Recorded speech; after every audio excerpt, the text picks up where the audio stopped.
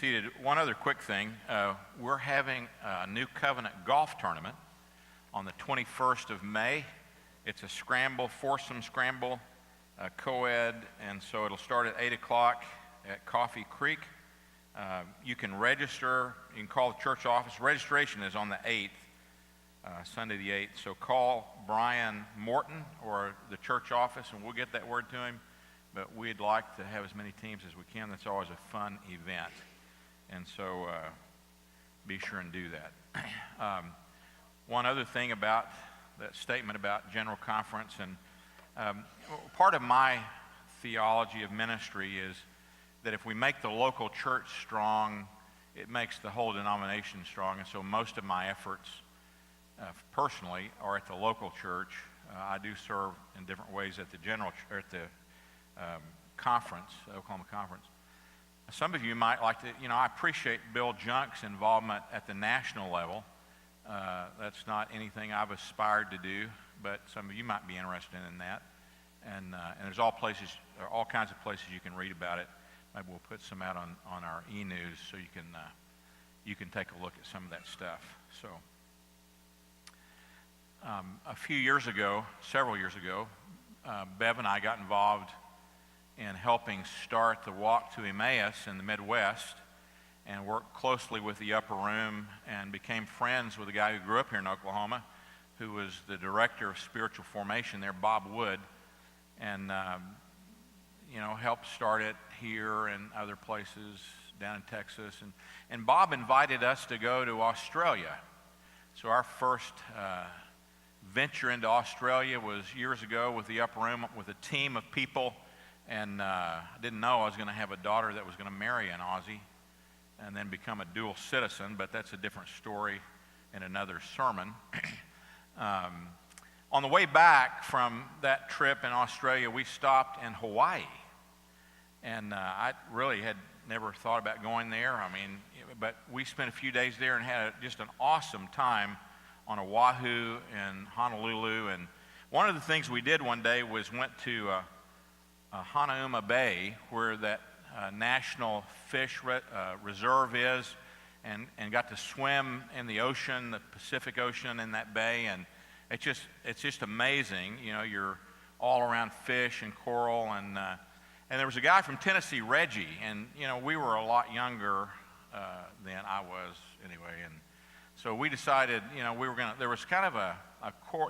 There's a little island or kind of out in the bay, and we, for some reason, swam out there, and we made it out there pretty easy, and swam around looking at stuff, and said, probably time to come back. And so we started back toward the shore, and I noticed I wasn't making any progress, and neither was Reggie. And I didn't know. I'm kind of an inlander. You know what I'm saying? Growing up in Oklahoma and not knowing anything about currents and all that and riptides, and I'm not sure it was a riptide. It may well have been, but here's what I do know is that I wasn't getting any closer to the shore. And then all of us, you're out there and you're swimming pretty hard and you're not getting any closer, and then you know what happens? You begin to feel this sense of, how should I say, panic. And you're thinking, this could be serious. And then, by the way, did you know the Boy Scouts are selling plants over in the North End? What made me think of that is because you're out there, you're struggling, then your old Boy Scout training kicks in. And it says, don't panic. You remember, when you took swimming in Boy Scouts, or maybe girls, they said, don't panic. And so kind of settled down a little bit. But I knew there was a lifeguard on the shore, more than one out there. And this thought this thought about, well, maybe I could use somebody to come save me. But maybe not. Because, this issue of my pride might be at stake here and kind of get in the way. Now, we made it back to shore, but as I was thinking about this sermon today and this series we're ending today on It Happens, and one of the things that happens is grace, is that part of what we struggle with is whether or not we really have any knowledge or acknowledgement or idea in us about whether or not we really need to be saved. And today we're talking about how Jesus came, and what he came to do was to save us. And sometimes it can be kind of a surprise to us. It was for me the night I gave my life to Christ. I didn't go to that service intending to become a follower of Christ, but it happened. And others of us at times think, well, maybe I don't really need that. Last year at a conference, there was a guy named Francis Collins that spoke, and Francis Collins is the head of the National Institutes of Health, NIH. I don't know if you know anything about NIH in Maryland. We've spent some time there because of Beverly's brother's struggle with cancer, and he was there. And it's an amazing place. And Francis Collins is the head of that. He was also, before that, the head of the Human Genome Project, and a very brilliant scientist, a very smart guy. Got his PhD in science and then went on and got an MD in medicine, and because what he really wanted to do was be helpful to people. And part of his story is that he didn't believe in God.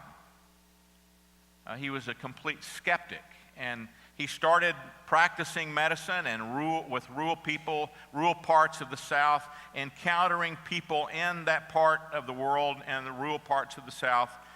And those people were not near as educated or as learned as he was.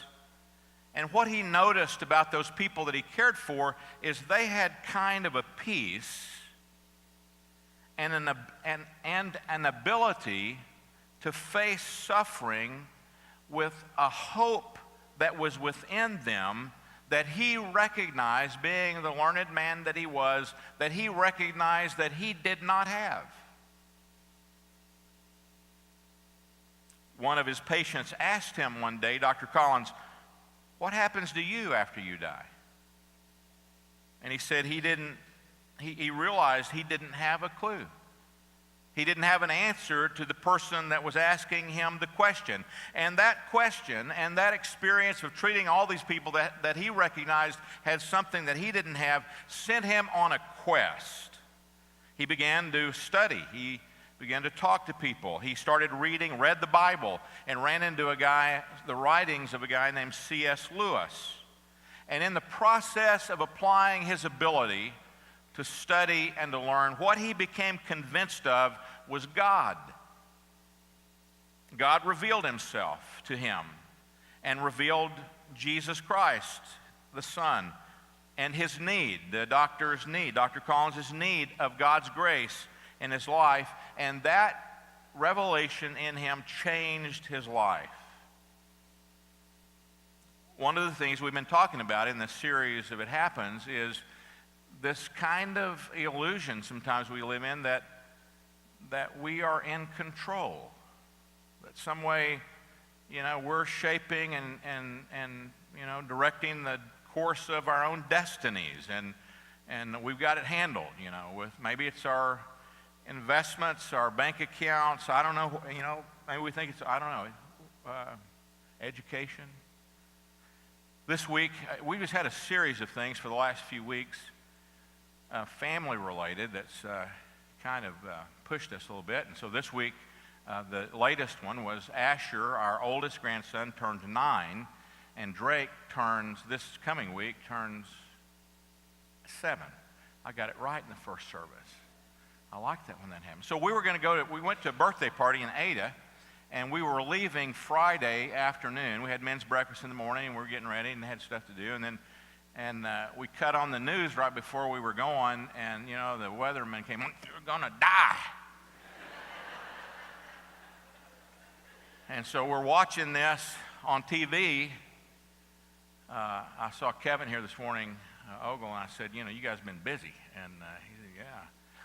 So we thought, well, we'll get ahead of it, and we got time. It was coming up to Blanchard, and we're going toward Shawnee, and we get on Interstate 40, bumper to bumper, 10 miles an hour, starting as soon as we turn onto I-40.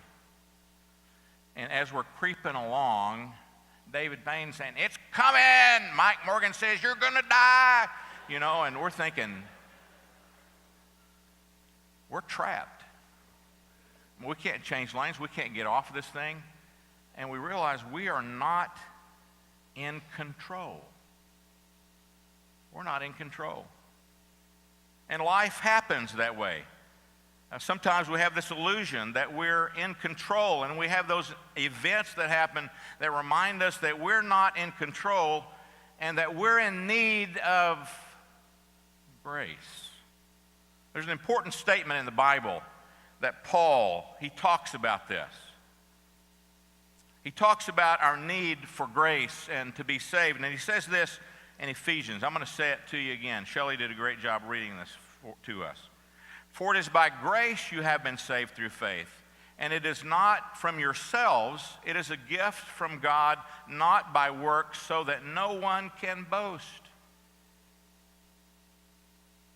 Now, generally, we live in this illusion that maybe there's a couple of ways that we can be saved. One way that we kind of think is by our own performance. And the other way is what the Bible talks about, is by grace. Now, when we're trying to understand how we are saved, it's an important thing to understand this word saved, because it's become a cliche word, It's used so much that sometimes it loses its meaning. But here's generally what the Bible, when it talks about our need to be saved, that it talks about it in this way, that to be saved means that we need to be healed, that we need to be delivered, that we need to be rescued. I need to be healed of something in my life, maybe guilt in my life, maybe the fear of death, maybe the fear of life. I need to be healed maybe of my loneliness or something in my life that I need to have God come and heal me in my life. One of the most common ways we have to try to save ourselves is something like this. I'm going to prove my existence by climbing the ladder of success or the ladder of impressing other people. So we get this notion that if I can just get to this rung on this ladder that's brought to me or that I've chosen or that's presented itself in my life, if I can just get up on this rung, life is going to be good, right? And then what happens? We work and work and work and we hit that rung. And then we realize a couple of things. One, this wasn't as great as I thought it was going to be, and when I hit that rung, I realized there's another one above that one. I was surfing, channel surfing the other day, and that old movie, Chariots of Fire, was on, and I don't know if you know anything about Eric Liddell, but it would be worth your time to read about this great Presbyterian runner in the Olympics that's one of the characters in Chariots of Fire, but became a great missionary in China, and that's another story as well. But one of the characters is a sprinter in the Chariots of Fire, and he's haunted by his need to be successful, and he's talking about going to the Olympics and how much weight, pressure he feels on him in his life. And this is what he says: "When the gun goes off, I will raise my eyes and look down the quarter mile, and have 10 lonely seconds to justify my existence." What if he doesn't win the race? What if he does win the race and then he gets old and he can't run as fast anymore and all of his ability fades away and it wears off? And there's a strange thing that we all are trying to climb this ladder, and we have these egos that are at the center of us, and they're insatiable. So we climb the ladder of success, and we take one rung at a time. And when we hit the rung we thought was our goal that we needed to get to, we find out that it's insatiable. It doesn't satisfy. In 1950, so you know, well, before I tell you that, let me tell you we do this to our kids too, don't we? We give them little ladders and we say, you keep climbing higher, because we're going to start you at 9 months old in Little League. 9-month-old Little League. And then we put them in all of this stuff. And in some ways, maybe we're trying to justify ourselves, maybe make ourselves look to others like we're good parents. I don't know. Maybe it makes our egos feel satisfied. So some research has been done on the question, do you consider yourself an important person? And so in 1950, 12% of every American person considered themselves to be a very important person. Now I want you to guess for a second. We're going to do a little exercise. We don't really have time for this, but you know, we'll take time. By 2005, what do you think the percentage was of people who think they were very important people? Did it go up or down, and what percent do you think it was in 2005? Turn to your neighbor and tell them what you think.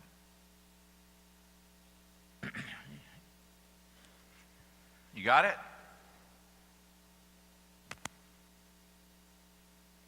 Okay, you got it? By 2005, 80% of us believed that we were very important people. 80%. I mean, we give our kids these little ladders. We say, climb up the ladder, make good grades, study really hard, get into the right schools, and mom and dad are going to be proud of you. In 1966, this is a little hard to believe. I was reading this the other day. 1966, 19% of all high school students had a GPA of an A or A minus. This thing I was reading said by 2013, 63%. That almost sounds crazy. Almost up over 150%. And you ask kids today whether or not they're more happy or happy, and the answer is no. A lot of them will say, I feel like a failure, but I can't tell anybody. I feel afraid of rejection, but I can't let anybody know. I'm tired, but I don't want anybody to know I'm tired. And we keep putting that top of the ladder higher and higher, climbing for success, for well-being, for ego, for comfort, for relationship. Now here's the deal. We've got to hurry. Now listen, this is important.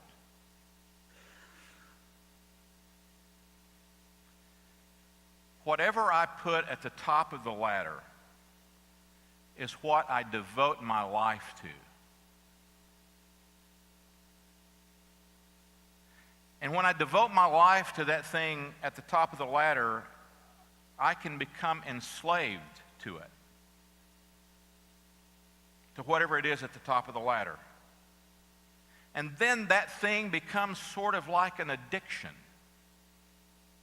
that begins to control me. And then it becomes a problem. And you know what the Bible refers to this kind of thing as, this dynamic? I mean, we don't like to talk about this, and it's sort of lost its meaning in our culture today, and I'm sorry for that, and maybe it's my fault, but I'm trying to correct it a little bit today, okay? It's called the human condition, and the problem is really what the Bible calls sin.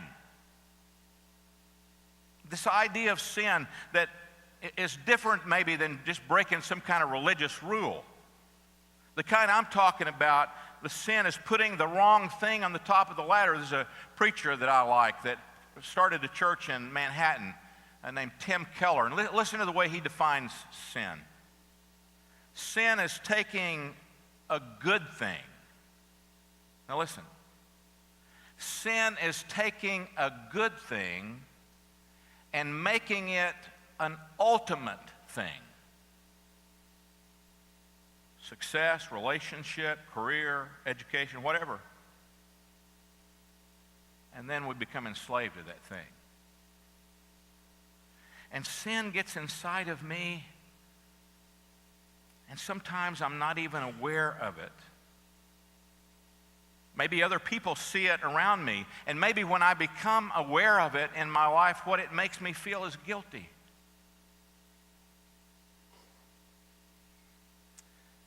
And sometimes there's this arrogance and pride and greed and self-centeredness and deception inside of me.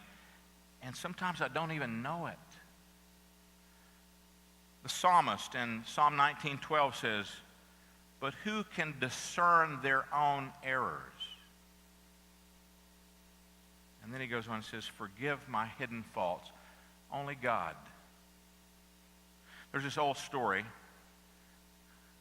I'll use me, that I've died and gone to heaven, and I'm up there and I'm walking through heaven, all these corridors. You probably heard this before. And on the walls are these like clocks things.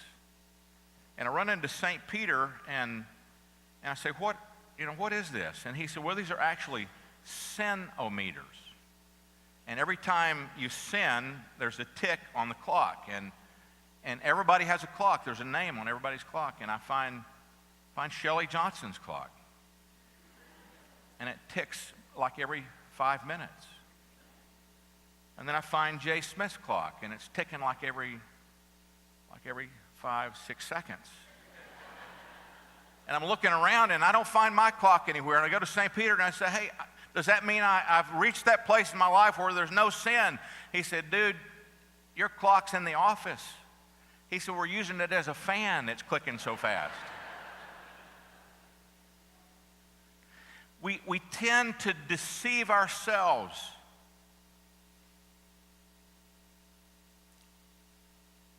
And then when we come to the reality that there's a holy God looking at us, a perfect God, and that someday we're going to stand before him, and he knows it all, we realize in that moment that we have a debt that we can't pay. And so let me talk about grace for a minute. Let me tell you a story. Because what Jesus comes is not performance. There's nothing you can do to earn it. It's not based on climbing the ladder. The ladder is the ladder that Jesus used to come down, not for us to get up. And he became one of us. And it's nothing that we earn.